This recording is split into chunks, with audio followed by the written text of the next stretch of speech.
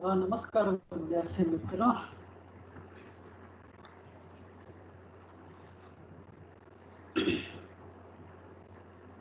तृतीय वर्ष बीए का कोर्स जो है, नया कोर्स वो अभी तक आया नहीं है, लेकिन कुछ प्रश्न पत्र ऐसे हैं जिसमें जो टॉपिक है उसमें अधिकतर परिवर्तन नहीं होता।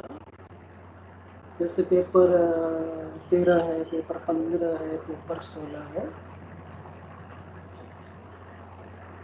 तो इसलिए आज अभी जो है मैं पेपर नंबर 16 प्रयोजनमूलक हिंदी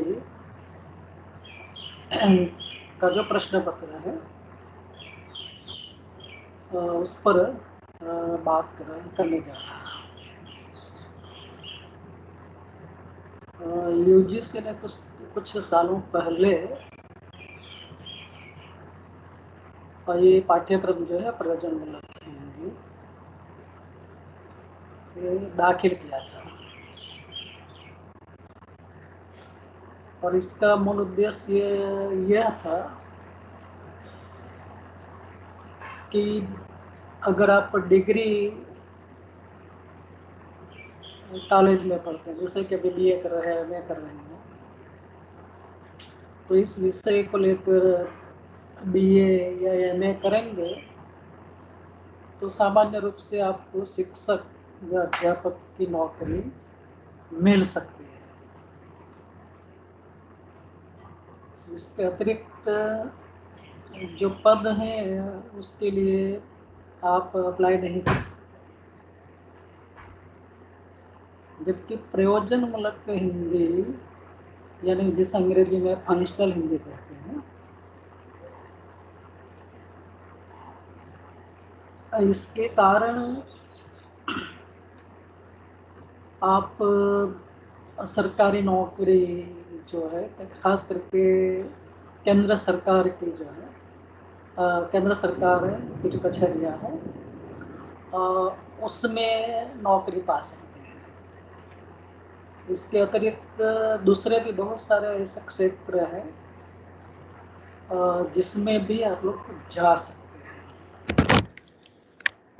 तो प्रयोजनमूलक हिंदी और सामान्य जो हिंदी आप पढ़ते हैं उसमें फ़र्क ये है, जैसे हिंदी के जो रूप हैं, तो पुराने जो रूप हैं वह बोलचाल की भाषा के रूप में, और दूसरा उसका विशिष्ट जो रूप था वो था साहित्यिक रूप, यानी साहित्य की हिंदी, जिसमें साहित्य लेखन आदिकाल से लेकर अब तक जो चल रहा है, जो हुआ है। तो ये दो मुख्य रूप किसी भी भाषा के हो सकते हैं, लेकिन प्रयोजनमूलक रूप जो है इसका एक विशिष्ट रूप है। नौकरी के लिए, रोजी रोटी के लिए जो हिंदी चाहिए, जैसा कि मैंने कहा ना कि आप लोग बीए करेंगे, एमए करेंगे, तो ठीक है कि शिक्षक बन सकते हैं, अध्यापक बन सकते हैं, किंतु प्रयोजनमूलक हिंदी का अगर आप पाठ्यक्रम करते हैं तो आपके लिए नौकरी के बहुत सारे क्षेत्र जो हैं वो खुल जाते हैं। जैसे आप पत्रकारिता में जा सकते हैं, अनुवादक बन सकते हैं, केंद्र सरकार के बहुत सारी कचहरियाँ हैं, उसमें जो अलग अलग प्रकार के पद हैं वह पा सकते हैं। विज्ञापन लेखन कर सकते हैं, शेयर बाजार का उपयोग कर सकते हैं, विज्ञान और टेक्नोलॉजी की पुस्तकें हैं उसका अनुवाद कर सकते हैं, तो ऐसे अलग अलग ये क्षेत्र है, और इसीलिए प्रयोजनमूलक हिंदी ये हिंदी का एक बहुत महत्वपूर्ण रूप है, जो आप जो पढ़ रहे हैं उससे एकदम अलग है। और कुछ विश्वविद्यालय हैं, यूनिवर्सिटी, जिसमें प्रयोजनमूलक हिंदी का कोर्स पढ़ाया जाता है। जैसे कि आप लोग बीए करते हैं 3 साल पढ़ते हैं, तो उसी प्रकार प्रयोजनमूलक हिंदी फिर 3 साल पढ़ेंगे, तो उसमें ये प्रेमचंद का उपन्यास या दूसरी कविता या कहानी ये नहीं आएगी। इसका पूरा पाठ्यक्रम जो है वह अलग होगा।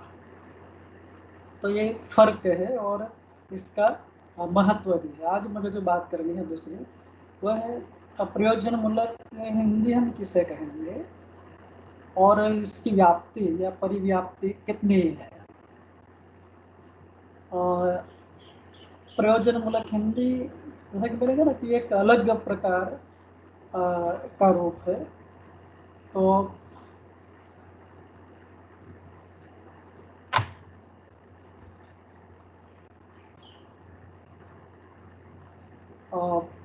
इस पर बहुत सारी पुस्तकें भी लिखी गई हैं। ये पुस्तक तो ये है प्रयोजनमूलक हिंदी। दूसरी भी है प्रयोजनमूलक हिंदी प्रक्रिया और स्वरूप, कैलाश चंद्र भाटिया नाम के लेखक है, उनकी है। प्रयोजनमूलक हिंदी नाम से एक और पुस्तक है जिसके लेखक है विनोद गोदरे। एक और भी पुस्तक है प्रयोजनमूलक हिंदी सिद्धांत और प्रयोग, इसके लेखक है दंगल झाल्टे। इसके अतिरिक्त भी दूसरी पुस्तकें आपको मिलेंगी। जो पाठ्यक्रम आपको मिलेगा उसके अंत में पुस्तकों की सूची होती है। जब नया कोर्स आपको मिलेगा तो उस समय ये आप देख सकते हैं, और हमारी लाइब्रेरी में भी है। तो अब प्रयोजनमूलक हिंदी जो है इसे अंग्रेजी में फंक्शनल हिंदी कहते हैं। इसे व्यावहारिक हिंदी अथवा कार्यालयी या प्रशासनिक हिंदी भी कहते हैं। कारण मेरे क्या ना कि ये साहित्यिक हिंदी से एकदम भिन्न है। उसकी बात अब फिर कभी करेंगे। तो ये जो प्रयोजनमूलक हिंदी है उसकी परिभाषाएं भी अलग अलग विद्वानों ने दी हैं। जैसे डॉक्टर नगेंद्र जो हिंदी के बहुत बड़े विद्वान हैं, उन्होंने लिखा है कि हिंदी के प्रयोजनमूलक रूप के अतिरिक्त रूप को अप्रयोजन या निष्प्रयोजन मूलक न मानकर उसे आनंद मूलक मानते हैं, या आनंद मूलक माना जा सकता है। तो डॉक्टर नगेंद्र ये प्रयोजनमूलक हिंदी जो है उसे आनंद मूलक रूप मानते हैं, और प्रयोजनमूलक हिंदी शब्द है, इसका मतलब कि हिंदी का ऐसा भी रूप हो सकता है जो अप्रयोजन मूलक हो या निष्प्रयोजन मूलक हो, लेकिन ऐसा नहीं है। दूसरे एक विद्वान हैं डॉक्टर विनोद गोदरे, उनके मतानुसार प्रयोजनमूलक हिंदी का संप्रेषण का मतलब कम्युनिकेशन अधिक संदर्भ संगत, अर्थ गर्भित, लक्ष्य भेदी, स्पष्ट और सरल होता है। यानी कि इसमें जो भी बातें की जाती है वो संदर्भ सहित की जाती है, अर्थ सहित की जाती है। तो ये इसका एक इसकी एक अलग परिभाषा है। एक और विद्वान है मोटोरी सत्यनारायण, उनके अनुसार उन्होंने एक बहुत अच्छी परिभाषा दी है कि जीवन की आवश्यकताओं की पूर्ति के लिए उपयोग में लाई जाने वाली हिंदी ही प्रयोजन मूलक हिंदी है। ये शब्द आप फिर से सुनिए, जीवन की आवश्यकताओं की पूर्ति के लिए उपयोग में लाई जाने वाली हिंदी। आगे मैंने एक बात की कि प्रयोजन मूलक हिंदी का मतलब अगर एक ही वाक्य में कहा ना कि ये हिंदी का वह रूप है जो हमें रोजी रोटी दिलाए। वैसे तो हम हमारा गुजरात जो है वह हिंदी भाषी है, लेकिन जो राज्य हिंदी भाषी है वहाँ क्या है कि आप देखिए कि हमारे यहाँ ये मामलतदार कचहरी है, तो वहाँ आप नीचे जाएंगे तो वो टाइपिस्ट बैठे हुए होंगे टाइपराइटर लेकर, और किसी का भी काम हो तो वो टाइप कर देंगे और उसके बदले में उन्हें पैसे मिलेंगे। तो वे लोग नौकरी नहीं करते, लेकिन वहाँ बैठे हैं और जो भी लोग आते हैं काम लेकर उनका काम वे कर देते हैं और उसके बदले में उन्हें पैसे मिलते हैं। इसी प्रकार आप न्यायालय जो है कोर्ट है वहीं जाएंगे तो वहीं पर भी आपको ऐसे टाइप करने वाले लोग जो हैं वो मिल जाते हैं, तो वो गुजराती टाइप करके वो पैसे कमाते हैं। तो हिंदी भाषी प्रदेश में अगर आप यहाँ पर भी आपको हिंदी टाइपिंग आता हो और आप हिंदी टाइपिंग का काम करते हो और टाइपिंग द्वारा अगर आप पैसे कमाते हैं तो ये हिंदी का प्रयोजन मूलक रूप है, कारण कि ये हिंदी जो जिससे आप टाइप करते हैं वो आपको रोजी रोटी देती है, वो आपको जिससे आपको पैसे मिलते हैं। तो जीवन की आवश्यकताओं की पूर्ति के लिए उपयोग में लाई जाने वाली हिंदी वह प्रयोजन मूलक हिंदी है, ऐसा ये मोटोरी सत्यनारायण कहते हैं। बहुत अच्छी एक परिभाषा है। एक और विद्वान भी है डॉक्टर सिद्धेश्वर कश्यप, उन्होंने लिखा है कि प्रयोजन मूलक हिंदी जीवन की आवश्यकताओं की पूर्ति का माध्यम है। जो पहले मोटोरी सत्यनारायण ने जो बात कही वही बात जीवन की आवश्यकताओं के भी करते हैं। इसमें सौंदर्य परकता, आत्म केंद्रीयता और आत्म सुख का अभाव होता है और यह जीवन की व्यवस्था से जुड़ी होती है। कि सौंदर्य परकता यानी कि इसमें कल्पना आदि जो है, लय उतार चढ़ाव छंद, ये इस हिंदी में नहीं होते हैं जो साहित्यिक हिंदी में होते हैं। साहित्य जिसमें रचा जाता है वो आप पढ़ेंगे तो उसमें कल्पना की ऊंची उड़ान आपको मिलेगी। हाँ? लेखक न जाने हमें कहाँ से कहाँ ले जाएगा। रस की बात होती है तो वो प्रयोजन मूलक हिंदी में नहीं होती। आत्म केंद्रीयता वह भी उसमें नहीं होती। उसमें साहित्य में तो लेखक अपनी बात करता है, अपने अपने अनुभवों की अभिव्यक्ति करता है, लेकिन प्रयोजन मूलक हिंदी जो है उस जैसा कि मैंने अभी एक उदाहरण दिया कि आपको टाइप करना है तो वहाँ आपको अपनी बात टाइप नहीं करनी है। जो व्यक्ति आती है और कहती है कि भाई मुझे ये टाइप करवाना है वह आपको करना है। तो ये साहित्यिक हिंदी से इस रूप में अलग होती है और इसलिए कहा जाता है कि जीवन की जो व्यवस्था है उससे जुड़ी होती है। एक और परिभाषा है, डॉक्टर माया सिंह आदि ने भी परिभाषाएं दी है कि प्रयोजन मूलक हिंदी वह है हमारे सामान्य व्यवहार के अतिरिक्त हमें रोजी रोटी, विशिष्ट ज्ञान एवं राजकाज के कार्यों के विशिष्ट उद्देश्यों में सहायक होती है। इसमें अब तीन बातें बताई गई है इस परिभाषा में कि ये प्रयोजन मूलक हिंदी जो है ये व्यवहार की भाषा नहीं,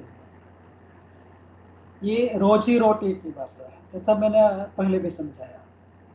इससे हमें रोजी रोटी प्राप्त होती है। और दूसरी बात जो है विशिष्ट ज्ञान है कि प्रयोजन मूलक हिंदी का जो उपयोग जो है अलग अलग क्षेत्रों में जो होता है तो उसकी ये भाषा है विशिष्ट ज्ञान। और राजकाज, खास करके जो केंद्र सरकार है, सेंट्रल गवर्नमेंट जो है, उसकी भाषा हिंदी है। हमारे देश की राष्ट्रभाषा हिंदी है। राष्ट्रभाषा शब्द का प्रयोग जो है वह हमारे संविधान, संविधान का मतलब बंधारण में कहीं पर भी नहीं है। ये एक भावात्मक बात है। हिंदी के प्रति हमारा जो मान सम्मान है, उस कारण हमने उसे ये राष्ट्रभाषा उसे कहा। लेकिन हमारे देश की जो राजभाषाएं हैं वो दो हैं, हिंदी भी और अंग्रेजी भी। और ये जो राजभाषाएं हैं, ये केंद्र सरकार की भाषाएं हैं। और केंद्र सरकार जो है वो हिंदी और अंग्रेजी दोनों में व्यवहार करती है। तो इसमें तीसरी बात जो बताई गई, राजकाज के कार्यों के विशिष्ट उद्देश्यों में सहायक ये भाषा है। तो ये तीन जो मुख्य बातें बताई गई हैं, ये प्रयोजन मूलक हिंदी की विशेषताएं हैं। हिंदी के जो रूप हैं, अगर आप देखेंगे, प्रयोग हम जिस किसी भी भाषा का हम प्रयोग करते हैं तो उसके दो रूप हमारे सामने आते हैं। एक तो उसका सामान्य रूप, सामान्य यानी बोलचाल का जो रूप है, व्यवहार में जिस भाषा का हम प्रयोग करते हैं, वह रूप। और दूसरा जो रूप है वह है उसका विशिष्ट रूप। तो दैनिक कार्यों में हम जिस भाषा का उपयोग करते हैं, जैसे मैंने कहा व्यवहार की जो भाषा है वो सामान्य रूप। लेकिन उससे जो अलग है, विशिष्ट कार्यों के लिए जब हम किसी भाषा का प्रयोग करते हैं तो वह भाषा का जो रूप है वो विशिष्ट हो जाता है। और ये विशिष्ट रूप जो है भाषा का, उसे ही फंक्शनल हिंदी या प्रयोजन मूलक हिंदी हम कह सकते हैं। किसी भी भाषा, अगर गुजराती भाषा आपको रोजी रोटी देती है तो वो गुजराती का प्रयोजन मूलक रूप है। अंग्रेजी तो पहले से ही प्रयोजन मूलक फंक्शनल उसका रूप है, कारण कि अंग्रेजी के बिना आज भी नौकरी के लिए अंग्रेजी महत्वपूर्ण भाषा है। तो ये विशिष्ट रूप, सामान्य रूप में साहित्यिक रूप को भी लिया जा सकता है, लेकिन कुछ विद्वान साहित्यिक रूप को विशिष्ट रूप के अंतर्गत भी ले जाता है। लेकिन मेरी दृष्टि से कहें तो साहित्यिक रूप ये भी वर्षों से चल रहा है, और वो सामान्य रूप के अतिरिक्त ही सामान्य रूप में ही सम्मिलित हम उसे कर सकते हैं।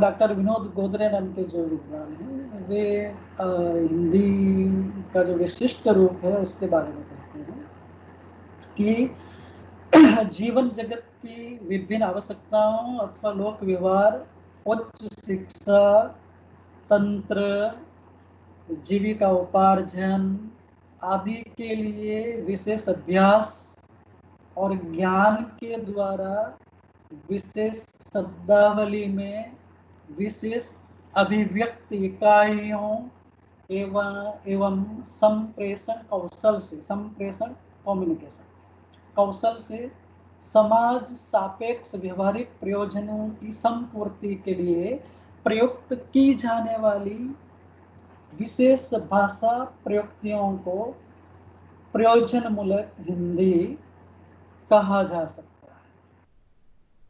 तो इसमें जीवन जगत की हमारी जो आवश्यकताएं हैं वो एक नहीं है, अलग अलग है। तो विभिन्न जो आवश्यकताएं हैं, लोक व्यवहार है, उच्च शिक्षा है, पूरा जो व्यवस्था तंत्र है, जीविका के लिए, जीने के लिए पैसे चाहिए, तो उसके लिए भी जिसका उपयोग हम कर सकें। लेकिन इसके लिए क्या करना होगा? विशेष अभ्यास, और इसकी शब्दावली भी विशिष्ट होगी। यानी कि प्रयोजन मूलक हिंदी का जब हम प्रयोग करते हैं तो उसके जो शब्द होते हैं वो सामान्य व्यवहार या साहित्यिक हिंदी से अलग होते हैं। एक फर्क है इसमें। तो प्रयोजन मूलक हिंदी जो है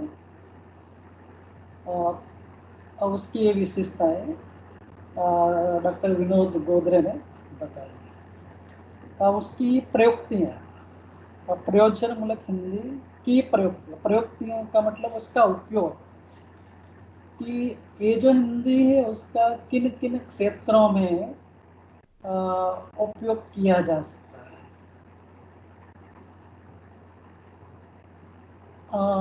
कोई भी भाषा हो तो भाषा का उपयोग अलग अलग परिस्थितियों के संदर्भ में अलग अलग रूप में किया जाता है। कि हम व्यवहार की भाषा जो बोलते हैं वो शुद्ध नहीं होती व्यवहार की भाषा। लेकिन अगर आप किसी कचहरी में गए हों, कोई अधिकारी हो और वो अधिकारी हमसे जो बात करेगा तो उसकी भाषा अलग होगी, तो वो परिस्थिति के संदर्भ में है। और इसलिए कमल कुमार बोस नाम के विद्वान कहते हैं कि प्रयोजन के अनुसार, प्रयोजन यानी उद्देश्य के अनुसार भाषा में अलग अलग भेद पाए जाते हैं, भेद प्रकार पाए जाते हैं, और उनके संदर्भगत तथा विषयगत प्रयोग जो है, उसकी पद्धतियां जो है उसे प्रयुक्ति कहते हैं। सामान्य शब्दों में कहें तो प्रयोजन मूलक हिंदी का अलग अलग क्षेत्रों में जो उपयोग हम करते हैं उसे प्रयुक्त नहीं। डॉक्टर भोलानाथ तिवारी जो हिंदी भाषा विज्ञान के बहुत बड़े विद्वान हैं, उन्होंने प्रयोजन मूलक हिंदी के 9 रूप बताए। 9, उसमें पहला रूप है बोलचाल की हिंदी। बोलचाल की हिंदी से मतलब, तो हमारे देश में जो हिंदी भाषी प्रदेश जो है, हिंदी भाषी राज्य जो है, जैसे दिल्ली, उत्तर प्रदेश, बिहार, हरियाणा, हिमाचल प्रदेश, राजस्थान, मध्य प्रदेश आदि जो राज्य हैं हिंदी भाषी, उनकी जो बोलचाल की भाषा है वो हिंदी है। जिस प्रकार हम लोग गुजराती भाषा का प्रयोग करते हैं, अथवा आप लोग घर पर बोली का प्रयोग करते हैं, तो ये हमारे यहाँ के गुजरात की बोलचाल की भाषा है या बोलियां हैं, कारण कि हम लोग गुजराती भाषी हैं। लेकिन जिन राज्यों की मातृभाषा हिंदी है, तो वहाँ के लोग हिंदी ही बोलेंगे, लेकिन वह हिंदी नहीं जैसे कि हम शुद्ध हिंदी बोलते हैं। ये लोग भी हिंदी की अलग अलग बोलियां जो है उसका प्रयोग करते हैं, तो उसे बोलचाल की हिंदी कहा जाता है। एक विस्तृत रूप है हिंदी का। मतलब आप लोग जो हिंदी सीखते हैं वही नहीं है। हिंदी का मतलब तो हिंदी की जो सारी उपभाषाएं और बोलियां हैं, ये सब मिलकर हिंदी का एक पूरा रूप उभरता है। दूसरा जो रूप भोलानाथ तिवारी ने बताया वह है व्यापारी हिंदी, कि वाणिज्य व्यापार की भाषा के रूप में हिंदी बरसों से प्रयोग में हिंदी का प्रयोग किया जा रहा है। जैसे कि जो मंडियां हैं, सराफा बाजार है, दलाल हैं, जवेरी बाजार है, सोना चांदी आदि का जो मार्केट है, शेयर सट्टा बाजार जो है, लेन देन जो किया जाता है, क्रय विक्रय, वस्तुएं अ, खरीदना और बेचना। तो इस प्रकार ये विनिमय जो हम करते हैं, तो उसकी भाषा के रूप में इसका प्रयोग होता है। आज तो ई कॉमर्स, आप अगर आप कॉमर्स करते हैं, कॉमर्स का तो ई कॉमर्स भी शुरू हो गया। अमेजोन आदि पर जो हम लोग खरीदारी करते हैं, तो वहाँ पर भी आप हिंदी का उपयोग कर सकते हैं। इंटरनेट पर अगर आप खरीदारी करते हैं तो वहाँ हिंदी का प्रभाव जो है बढ़ गया है। तो वह व्यापारी हिंदी है। और तीसरा जो इसका उन्होंने जो भेद बताया वह है कार्यालय हिंदी। जैसा कि मैंने कहा कि हमारे सेंट्रल गवर्नमेंट, केंद्र सरकार के जो विभिन्न विभाग और मंत्रालय जो है, और वहाँ पर जो कामकाज होता है वो राजभाषा हिंदी में भी होता है, जिसे कार्यालयी हिंदी कहते हैं। केंद्र सरकार के जितने भी विभाग हैं, उसके अतिरिक्त अगर आप बैंक देखें, जीवन बीमा निगम देखें, दूसरे आयोग आदि जो है, वहाँ पर भी हिंदी का प्रयोग होता है। तो वो कार्यालयी हिंदी। चौथा जो भेद उन्होंने बताया डॉक्टर बुल्लक तिवारी ने, वो है शास्त्रीय हिंदी। अलग अलग शास्त्रों के लिए भी हिंदी का उपयोग होता है। जैसे काव्य शास्त्र हिंदी में लिखा जाता है, भाषा शास्त्र या हिंदी भाषा का उद्भव और विकास, भाषा विज्ञान आदि पुस्तकें आपको मिलेंगी। दर्शन शास्त्र, फिलोसॉफी, अर्थशास्त्र, इकोनॉमिक्स, पॉलिटिकल साइंस, राजनीति शास्त्र, विधि शास्त्र, कोर्ट कचहरी संबंधी जो नियम है, संगीत शास्त्र, यानी पूरा जो वांग्मय है, सिर्फ हिंदी साहित्य नहीं, उसके सिवा दूसरे जितना भी वांग्मय, जितना भी, आज तो विज्ञान भी आ गया है, विज्ञान की बात तो फिर होगी, लेकिन ये जो अलग अलग शास्त्र है, काम शास्त्र है, मानस शास्त्र है, सांख्यिकी आदि जो है, तो उसकी भाषा भी आज हिंदी हो चुकी है। हमारे यहाँ ये अलग अलग जो शास्त्र हैं उसके पुस्तकें गुजराती में मिलेगी, लेकिन हिंदी भाषी जो राज्य है वहाँ ये पुस्तकें हिंदी में लिखी जाती हैं, और उससे उसे पढ़ाने की भाषा भी हिंदी होती है। ये फर्क होता है। और पांचवा भेद उन्होंने जो बताया वो है तकनीकी हिंदी, टेक्नोलॉजी, खास करके यांत्रिकता, इंजीनियरिंग, विज्ञान, असैनिक आदि के रेखांकन और उसके मूल्यांकन के लिए भी हिंदी का प्रयोग किया जाता है। तो वहाँ उसे भी यानी कि हिंदी भाषा में तकनीकी विषयक पुस्तकें आज बहुत सारी लिखी गई हैं। विज्ञान की जो अलग अलग ब्रांचेस हैं उसकी पुस्तकें भी आपको तो मिलेगी। अगर आप लोग हमारे यहाँ धर्मपुर में जो विज्ञान केंद्र है वहाँ जाएंगे तो विज्ञान संबंधी जानकारी आपको हिंदी में मिलेगी। तो आज विज्ञान की भाषा के रूप में हिंदी का प्रयोग भी हो रहा है, वर्षों से हो रहा है। आज छठा वेद जो है डॉक्टर भोलानाथ तिवारी ने बताया, वो है समाज। जैसे जिसे आप व्यवहार की हिंदी भी कर सकते हैं, कि हम दूसरों से मिलते हैं और उनसे जो बातचीत करते हैं, अगर आपको कोई हिंदी भाषी मिल जाए तो आपको उनके साथ हिंदी में बात करनी पड़ेगी, कारण कि वो गुजराती नहीं समझ पाएगा।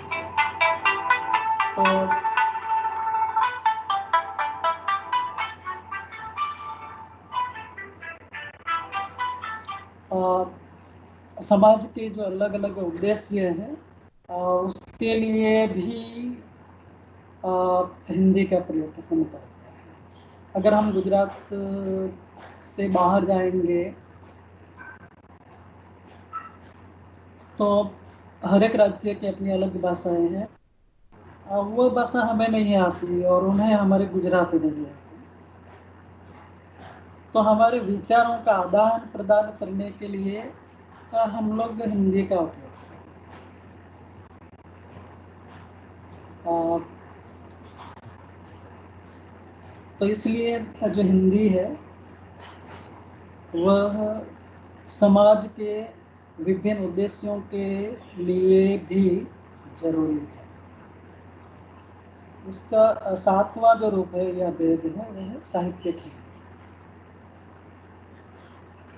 आप लोग जो पढ़ते हैं FY में पढ़कर आए हैं और अभी भी पढ़ेंगे, कविता पढ़ेंगे, कहानी पढ़ेंगे, उपन्यास पढ़ेंगे, नाटक पढ़ेंगे। तो मैंने शुरुआत में भी कहा कि हिंदी के मुख्य दो रूप जो हैं, एक बोलचाल की हिंदी और दूसरा साहित्यिक हिंदी का। और हमारी जो हिंदी है वो लगभग 1000 सालों से वो विकसित हो रही है। 1000 साल का इसका पूरा इतिहास है। तो आदिकाल से आज तक अगर हम देखेंगे तो हिंदी में बहुत सारा साहित्य रचा गया है, चाहे वह उपन्यास हो, कहानी हो, नाटक हो। अगर देखिए 2020 में हम पहुंच गए हैं, तो हिंदी साहित्य जो है वो पूर्ण रूप से फला फूला है। तो इस रूप में ये जो हिंदी है वह साहित्य की हिंदी है। इसका 8वां भेद है प्रशासनिक हिंदी। प्रशासन, राजकाज के उपयोग के लिए जिस हिंदी का प्रयोग किया जाता है, पुलिस, सेना, विधि कानून व्यवस्था आदि के निर्माण में हिंदी का उपयोग किया जाता है। अब पहले ऐसा था कि पुलिस, सेना या कोर्ट कानून की भाषा जो है वो सिर्फ अंग्रेजी, आज ऐसा नहीं। हिंदी की बोलबाला बढ़ चुकी है और प्रशासनिक हिंदी के रूप में भी इसका उपयोग किया जाता है। और नवा रूप है जनसंचार माध्यम की हिंदी। रेडियो, टेलीविजन, पत्रकारिता, विज्ञापन, सोशल मीडिया जिसका हम बहुत उपयोग करते हैं। तो ये हर जगह हिंदी आज जोर शोर से चल रही है। तो वह जनसंचार माध्यम की हिंदी है। आप रेडियो सुनिए, FM रेडियो सुनिए तो उस पर भी आपको मिलती है। टेलीविज़न पर सीरियल देखें या समाचार देखें तो बहुत सारे हिंदी चैनल्स हैं जिस पर आप मनोरंजन कर सकते हैं। विज्ञापन, जाहिरात जिसे गुजराती में कहते हैं, एडवर्टाइजमेंट, ब्रेक के बाद जो आता है, आप कोई भी धारावाहिक देखेंगे और जब बीच में जब विज्ञापन आएगा तो उस समय पर हम दर्शक नहीं रह जाते हैं, हम ग्राहक बन जाते हैं। तो वह विज्ञापन, तो कहने का मतलब कि जन संचार माध्यम के क्षेत्र में भी हिंदी का पूरा उपयोग हो रहा है। तो ये डॉक्टर भोलानाथ तिवारी ने ये नवभेद बताया कि हिंदी की प्रयुक्ति के मुख्य 3 पहलू माने जाते हैं। तो इसमें एक पहलू जो है वह है वार्ता क्षेत्र,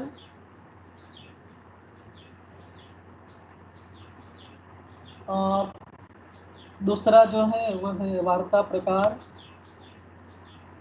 और तीसरा जो है वह है वार्ता शैली।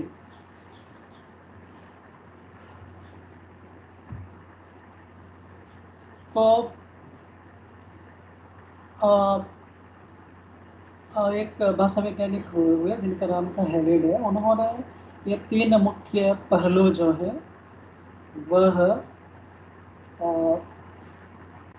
प्रयोजनमूलक हिंदी के माने हैं। इसमें पहला जो क्षेत्र है वह है वार्ता क्षेत्र का।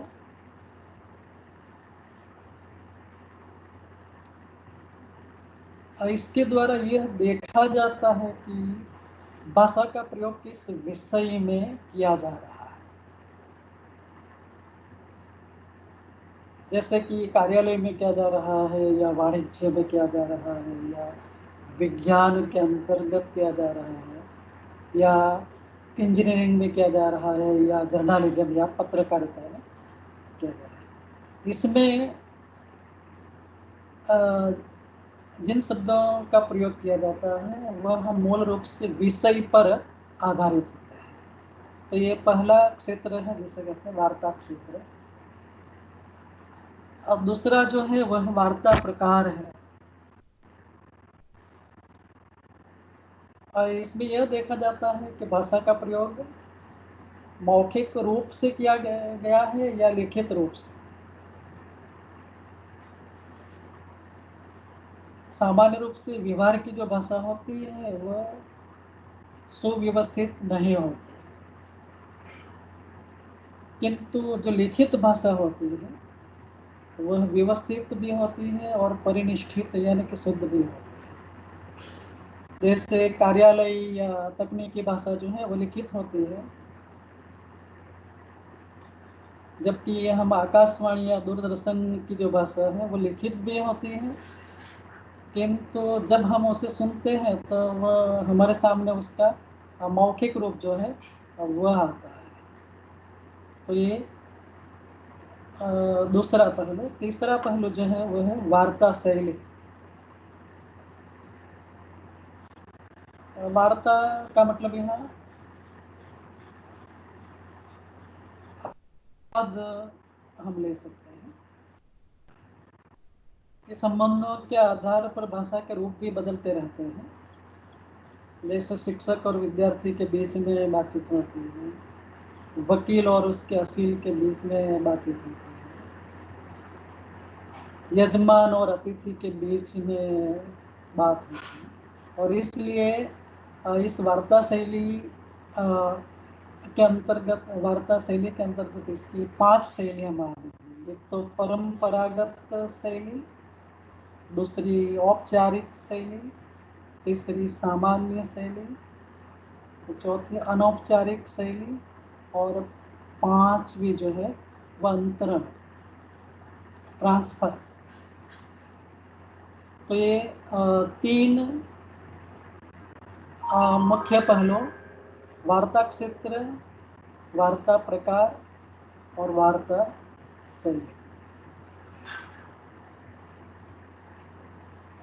तो ये अभी तक जो मैंने जो बात की वो प्रयोजनमूलक हिंदी का जो स्वरूप है उसकी बात करें।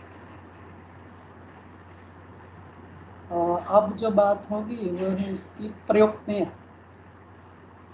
कि ये प्रयोजनमूलक हिंदी के जो अलग अलग क्षेत्र हैं वह कौन से हैं और उसमें किस प्रकार से इसका प्रयोग होता है। तो वह हम इसमें देखेंगे।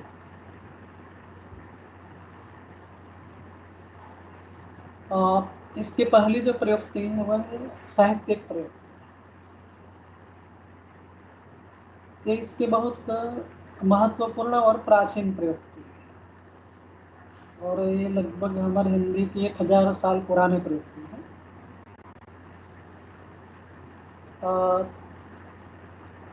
हिंदी साहित्य का जो इतिहास है वो इसका प्रमाण है और हिंदी साहित्य के इतिहास के साथ साथ हिंदी भाषा का जो विकास हुआ, प्राचीन हिंदी, मैथिली, असंधा, सतुकड़ी, अवधी, ब्रज, खड़ी बोली, इन सभी भाषाओं को जो क्रमबद्ध रूप में प्रस्तुत करती है और आदिकाल से लेकर आज तक का पूरा जो साहित्यिक विकास है उसे हम देखेंगे तो वह ये हमारी जो हिंदी भाषा है उसकी साहित्यिक प्रयुक्ति है।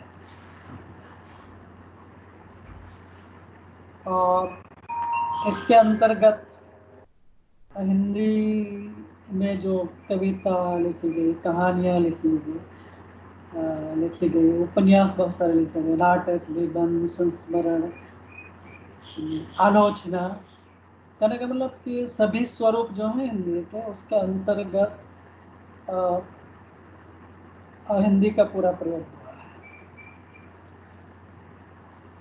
तो ये जो प्रयुक्ति है ये साहित्यिक प्रयुक्ति है, लेकिन शुरुआत में मैंने बताया था कि कुछ विद्वान इस प्रयुक्ति को यानी कि साहित्यिक प्रयुक्ति को प्रयोजनमूलक हिंदी के अंतर्गत नहीं मान, लेकिन आज परिस्थितियां बदल गई हैं।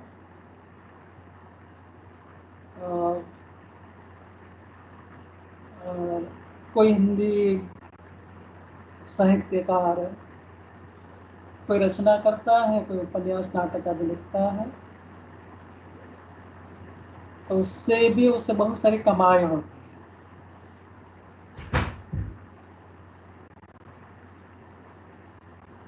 उनके पुस्तक से फिल्म का निर्माण हो या कोई धारावाहिक बने तो उससे बहुत सारे पैसे मिलते हैं।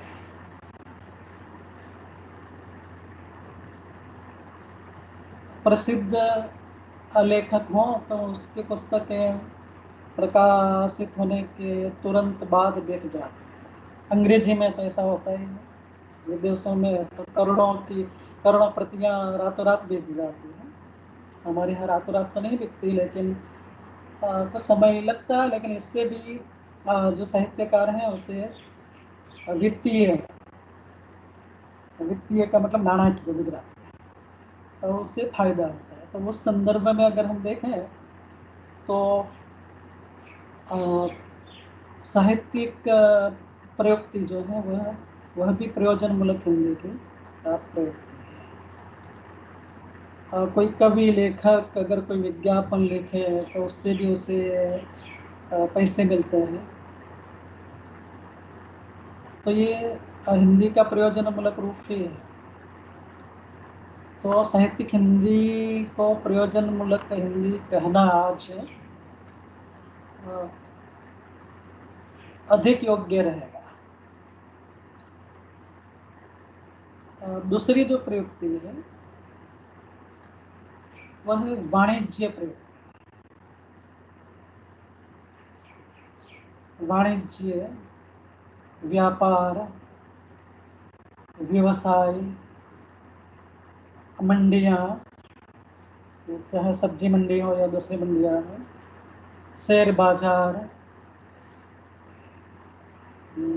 जवेरी बाजार, सोना चांदी का जो मार्केट, बीमा निगम, LIC, बैंक, हमें लोन आदि चाहिए, ऋण, तो उसके लिए यातायात के लिए आयात और निर्यात, एक्सपोर्ट और इंपोर्ट के लिए आ, थोक और खुदरा व्यापार, होलसेल जो व्यापार होता है वो, और फिर छोटे दुकान वाले जो व्यापार करते हैं, जिसे हम खुदरा व्यापार, छोटा गुजराती में बोलते हैं। तो इन क्षेत्रों में भी हिंदी का पूरा उपयोग हो रहा है। कारण कि जो भी कोई वस्तु उत्पादित होता है, उसकी प्रस्तुति करना, उसका वितरण करना, क्रय विक्रय करना, उसे बेचना, उसे उसका विज्ञापन देना आदि के साथ इसका संबंध है। और इस रूप में ये वाणिज्यिक प्रयुक्ति जो है वह भी महत्वपूर्ण है। वाणिज्य क्षेत्र या प्रयुक्ति की जो भाषा है वो सामान्य बोलचाल या साहित्यिक भाषा से भिन्न होती है। इसकी जो भाषा है वो नीरस होती है और सपाट होती है। मैंने आगे एक बार कहा ना कि साहित्य की भाषा हो तो उसमें कल्पना होती है, काव्यात्मकता हो सकती है। वैसी काव्यात्मकता, वैसी कल्पना वाणिज्य की भाषा में नहीं हो सकती। तो ये सपाट होती है, नीरस होती है। कुछ न्यूज पेपर आप देखेंगे, समाचार पत्र, तो उसमें व्यापार का एक पूरा पन्ना अलग होता है। हिंदी न्यूज़पेपर देंगे तो उसमें होगा कि चांदी में उछाल, इसका मतलब चांदी महंगी हो गई, डॉलर के मुकाबले रुपये की तेजी,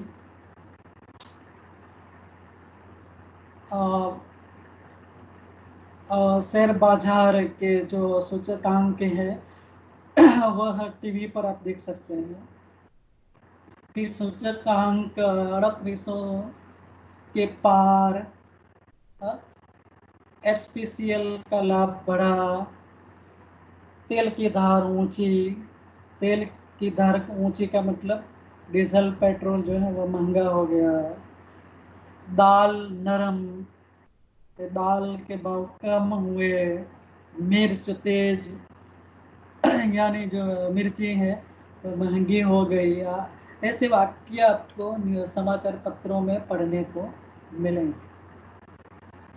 तो ये जो वाक्य है, इसकी जो भाषा है वह हिंदी ही है, लेकिन वह सामान्य बोलचाल की हिंदी या साहित्यिक हिंदी से एकदम भिन्न है। कारण कि ये व्यापार क्षेत्र की हिंदी है और इसीलिए ये भिन्नता आपको देखने को मिलेगी। और तीसरी जो प्रयुक्ति है वह है कार्यालयीय प्रयुक्ति। और कार्यालयीय प्रयुक्ति खास करके प्रशासनिक कार्यों में जिस भाषा का प्रयोग होता है उसे हम लोग कार्यालय हिंदी कहते हैं। सरकार को आर्थिक, राजनीतिक, शैक्षिक, सामाजिक, सांस्कृतिक, साहित्यिक, सुरक्षात्मक आदि अनेक दृष्टियों से प्रशासन का काम संभालना पड़ता है। तो ये सब जो इकाइयाँ हैं ये प्रशासन की है और इसीलिए इसकी हिंदी को राजभाषा कहा जाता है। और राजभाषा की कार्यालयीय प्रयुक्ति बहुत महत्वपूर्ण होती है। और हिंदी की कार्यालयीय प्रयुक्ति का रूप बोलचाल की जो हिंदी है या साहित्य की भाषा जो है उससे अलग होता है। तो इसमें अलंकारिकता नहीं होती, इसमें लाक्षणिकता नहीं होती, इसमें व्यंजनात्मक शब्द नहीं होते और ये सीधी सपाट और अभेद प्रधान भाषा होती है। कार्यालय की जो भाषा है वो द्विअर्थी भी नहीं हो सकती। इसमें शब्द का अर्थ जो है वो स्पष्ट होना चाहिए। जो कुछ भी कहा जाए वह नियत शब्दावली के भीतर कहा जाना चाहिए, और इसीलिए ये नीरस होती है, सीधी और सपाट होती है। कार्यालयी प्रयुक्ति की जो भाषा होती है इसमें निर्वैयक्तिकता, संपूर्णता, स्पष्टता, पूर्वग्रह रहितता, असंदिग्धता और वर्णनात्मकता के गुण होने चाहिए। हिंदी की जो ये प्रयुक्ति है ये खास करके मसौदा लेखन, टिप्पणी लेखन, नोटिंग, शासकीय पत्र लेखन, संक्षेपण, प्रतिवेदन यानी रिपोर्ट, अनुवाद और अन्य कार्यालयी कार्यों के लिए उपयोगी होती है। चौथी जो प्रयुक्ति है वह है राजभाषा प्रयुक्ति। हिंदी दिन जो है, दिवस जो है वह 14 सितंबर 1949 को मनाया जाता है। इसका कारण है कि 14 सितंबर 1949 के दिन हमारे संविधान में हिंदी को राजभाषा के रूप में स्वीकारा गया था, और वही भाषा राजभाषा बन सकती है जो विधानमंडल, शासन, न्यायपालिका तथा कार्यपालिका के लिए उपयुक्त है। राजभाषा का संबंध प्रशासनिक कार्यप्रणाली के संचालन से होता है। इसलिए स्वाभाविक है कि राजभाषा बुद्धिजीवियों, प्रशासकों, कर्मचारियों तथा शिक्षित समाज से जुड़ी होती है, और इसलिए इसका जो महत्व है वह राजनीतिक दृष्टि से अधिक होता है।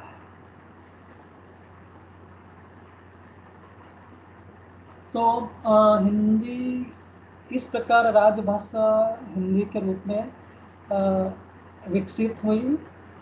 केंद्र सरकार के जो मंत्रालय है, विभाग है, कार्यालय है, संस्थान है, निगम है, कंपनियां हैं, बैंक, केंद्र सरकार के विभिन्न आयोग और विभिन्न समितियां जो है, इन सभी क्षेत्रों में इस प्रयुक्ति का उपयोग होता है। पारिभाषिक एवं वैज्ञानिक तकनीकी शब्दावली, अनुवाद, विशिष्ट वाक्य योजना, वाक्य रचना, ये इसके मुख्य तत्व है। और इस रूप में अगर हम देखेंगे तो राजभाषा हिंदी की जो प्रयुक्ति है ये बहुत ही विशाल, उदार और गतिशील है, और ये महत्वपूर्ण भी है, बहुत महत्वपूर्ण ये प्रयुक्ति है। पांचवी जो प्रयुक्ति है वह है विज्ञापन की प्रयुक्ति।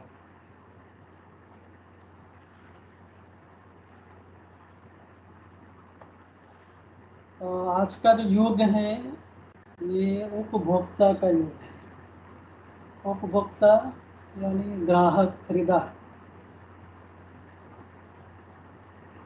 कोई भी कंपनी जब किसी चीज वस्तु का उत्पादन करती है तो उसकी बिक्री भी करनी होती है, और बिक्री करवाने के लिए उसके जो उपभोक्ता है, ग्राहक है, उन्हें उसका पता चलना चाहिए। ग्राहकों को पता लगना चाहिए कि वस्तुएं जो है वो बाजार में आ गई है। तो ये उत्पादक प्रतिष्ठान जो होते हैं वह अपने उत्पादन की बिक्री के लिए विज्ञापन, विज्ञापन गुजराती जाहिरात जिससे बोलते हैं, उसका ये सहारा लेते हैं।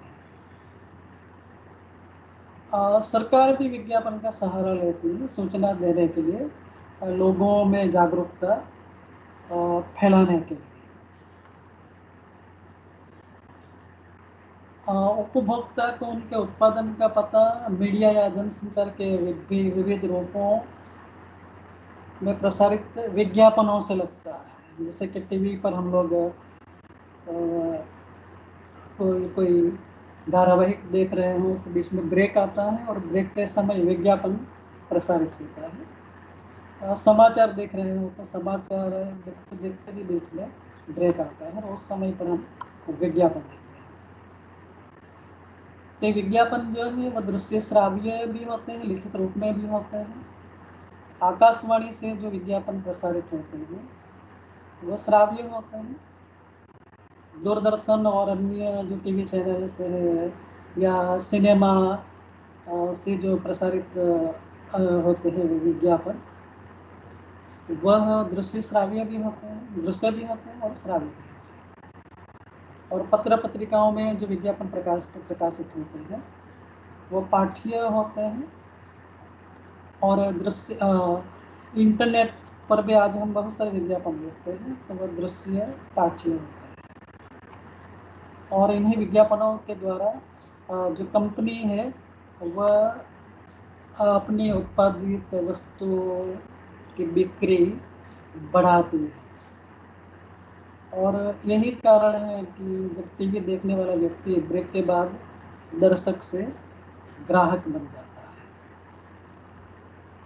कारण कि ये जो विज्ञापन है वह उपभोक्ता या जो जनता है उसमें रुचि और विश्वास बढ़ाते हैं। प्रयोजनमूलक हिंदी की प्रयुक्ति के रूप में प्रयुक्ति के रूप में हिंदी जो है वह विज्ञापन की भाषा के रूप में बहुत ही तेजी से उभरी है। इसका एक कारण है कि हमारे देश की अधिकतर जनता हिंदी समझती है और इसीलिए विज्ञापन के क्षेत्र में हिंदी की इस प्रयुक्ति का बहुत ही तेजी से विस्तार हुआ है और हो रहा है। विज्ञापनीय भाषा का मुख्य आधार आर्थिक, सामाजिक और सांस्कृतिक स्थितियां भी हैं। और विज्ञापन मुख्य रूप से श्राव्य तो होते ही है। विज्ञापन की जो भाषा है उसके जो वाक्य विन्यास है, शब्दों का सार्थक चयन, प्रवाहमयी भाषा, ये इसकी भाषा के मुख्य तत्व है। कारण कि विज्ञापन की भाषा का मुख्य संबंध व्यापार से है और इसीलिए उसमें आकर्षण, मोहकता, लहजेदार भाषा शैली, कर्णप्रियता, सुनने में अच्छी लगे वैसे शब्द, सुपाठ्यता, संक्षिप्तता, विज्ञापन बहुत लंबे भी नहीं होने चाहिए, सांकेतिकता, ये संक्षिप्त होते हैं और इसलिए इसमें सांकेतिकता बहुत महत्वपूर्ण होती है। नाटकीयता आदि जो गुण है वो इसमें होने चाहिए। विज्ञापन हम लोग पढ़ते भी हैं, देखते भी हैं, सुनते भी हैं। कुछ उदाहरण दे दो। अंतर्राष्ट्रीय डिजाइन, भारतीय कीमत, अधिक शक्ति, अधिक आराम, अधिक किफायत। ये समाचार पत्रों में जो विज्ञापन होते हैं।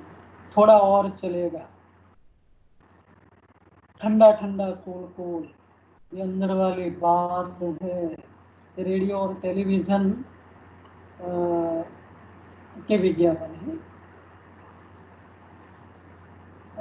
तो विज्ञापन की भाषा इतनी सक्षम होनी चाहिए कि वह जन संचार के अलग अलग माध्यम से एक प्रसारित होती है, फिर भी वह संदेश एक ही प्रकार का देती है।